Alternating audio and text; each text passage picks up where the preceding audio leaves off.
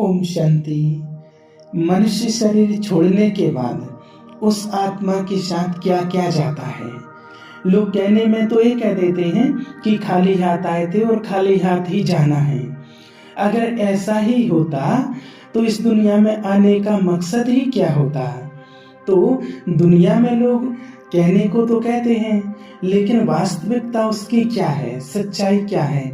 अब दुनिया में जो कहा है लोगों ने कि खाली हाथ आए थे और खाली हाथ ही जाना है, तो उन लोगों की भी गलती नहीं है। उन्होंने जो कहा है वो भी कहीं तक सत्य है। कैसे है? लोग कहते खाली हाथ आए थे खाली हाथ जाना। तो इस दुनिया में जो कुछ भी हम देख रहे हैं, जो कमाई करते हैं या जो कुछ भी हम साथ में इकट्ठा करके रखते हैं या जो इन आँखों से हमें दिखाई दे रहा है, हम जो इन आँखों से देखते हैं, जो दिखाई दे रहा है दुनिया के वैभव वस्तु पदार्थ संबंधी, ये हमारे साथ कुछ भी नहीं जा सकता है और ना हम ले जा सकते हैं। लेकिन कुछ और है जो हमारे साथ में जाता है। तो इसलिए दुनिया में देखने में यही आता है कि ना कुछ लाए थे और ना कुछ लेकर के जाते हैं। इसलिए लोगों ने कहा है कि खाली हाथ ही आए थे और खाली हाथ ही जाना है, क्योंकि इन आँखों से हम जो कुछ देखते हैं ये सब विनाशी चीज है और इसको हम अपने साथ नहीं ले जा सकते हैं। इसको यहीं पर छोड़ करके ही जाना होता है। इसीलिए दुनिया में लोगों ने कहा है कि खाली हाथ आए थे और खाली हाथ जाना है। अब हमें देखना है कि हम क्या लेकर जाते हैं और क्या लेकर के आते हैं। तो इन हाथों से तो हम खाली हाथ आते और खाली हाथ जाते हैं, लेकिन इस दुनिया में आने के बाद इन हाथों से हम जो कुछ करते हैं वो इस दुनिया में यादगार छोड़ के जाते हैं। कुछ लोग शरीर छोड़ने के बाद सारी दुनिया उसके लिए रोती है, उनको याद करते हैं कि ये दोबारा से हमारे पास आए, इस आत्मा का जन्म हमारे घर में दोबारा से हो जाए, ये भगवान से प्रार्थना करते हैं। लेकिन कुछ लोगों के शरीर छोड़ने के बाद परिवार और उनके रिश्तेदार भी खुश होते हैं और उनको बद्दुआ देते हैं कि ऐसी आत्मा दोबारा हमारे पास नहीं आए। कहने का भाव है कि हम इन हाथों से तो खाली आते हैं और जाते हैं, लेकिन हम इन हाथों से जो कुछ करके जाते हैं वो इस दुनिया में हमेशा के लिए यादगार छोड़ के जाते हैं। तो हमें अब देखना है कि इन हाथों से हम क्या कर रहे हैं, कौन सा कर्म कर रहे हैं। जो कुछ भी हम कर्म कर रहे हैं वही कर्म हमारे साथ चलते हैं। या जो बता रहे हैं कि मनुष्य शरीर छोड़ने के बाद उसके साथ क्या क्या जाता है, तो 3 चीजें जाती हैं। 3 चीजों में सबसे पहला है कर्म का फल। कर्म का फल स्वरूप ही हमें अगला गर्भ मिलेगा, अगला जन्म मिलेगा। गर्भ कौन सा मिलेगा? कोई साहूकार के घर में या कोई गरीब के घर में, भिखारी के घर में भी मिल सकता है। ये आत्मा की स्वेच्छा से नहीं हो सकता है। इस शरीर के द्वारा हमने जो कुछ कर्म किया उस कर्म के फल स्वरूप ही हमें गर्भ मिलता है, जन्म मिलता है। दूसरा, कर्म के फल स्वरूप हमें शरीर कैसा मिलता है।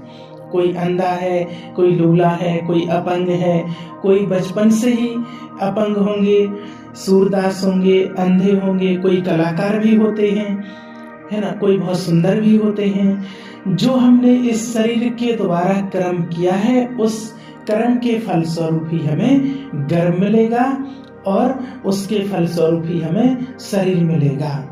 अगर हमने किसी के साथ कुछ गलत कर्म किया है तो हमें वैसा ही उसके साथ हमें अंधा लंगड़ा लूला होकर के हमें जीना पड़ेगा। अपंग जन्म मिलेगा, अपंग शरीर मिलेगा, स्वस्थ शरीर नहीं मिलेगा। उसके लिए हम भगवान को दोष नहीं दे सकते हैं। तो पहला है कर्म का फल स्वरूप हमें गर्भ मिलेगा और शरीर हमें कैसा मिलेगा। और दूसरा है कर्म का संस्कार। जो हमने कर्म किया है, जो कर्म की आदत बनाई, कोई शराबी की आदत बनाते हैं, कोई अच्छे कला सीखने की आदत बनाते हैं, कोई सिंगर हो, कोई म्यूजिशियन हो, जो कुछ इस शरीर के द्वारा हमारे शरीर का संस्कार बन गया, जिस संस्कार को लेकर हमने एक लंबा समय बिताया है, उस कर्म का संस्कार के हिसाब से ही बचपन से ही हमारा वो ही संस्कार होता है। अर्थात बचपन से कई लोगों को देखा है, बचपन से कोई अच्छे कलाकार हो सकते हैं, बचपन से कोई में व्यसनों की आदत होती है, व्यसन करने लगते हैं। जो इस शरीर के द्वारा हमने संस्कार बनाया, वही संस्कार बचपन से शुरू हो जाएगा। इस दूसरा है हमारा कर्म का संस्कार, और तीसरा है कर्म का हिसाब हमारे साथ में चलता है। कर्म का हिसाब माना इस शरीर के द्वारा जो कुछ हमने कर्म किया, अगर किसी को हमने बंधन में डाला, दबा के रखा, तो अगले जन्म में हमारा संबंध ऐसा मिलेगा कि बचपन से ही हम वहां पर बंधन में रहेंगे।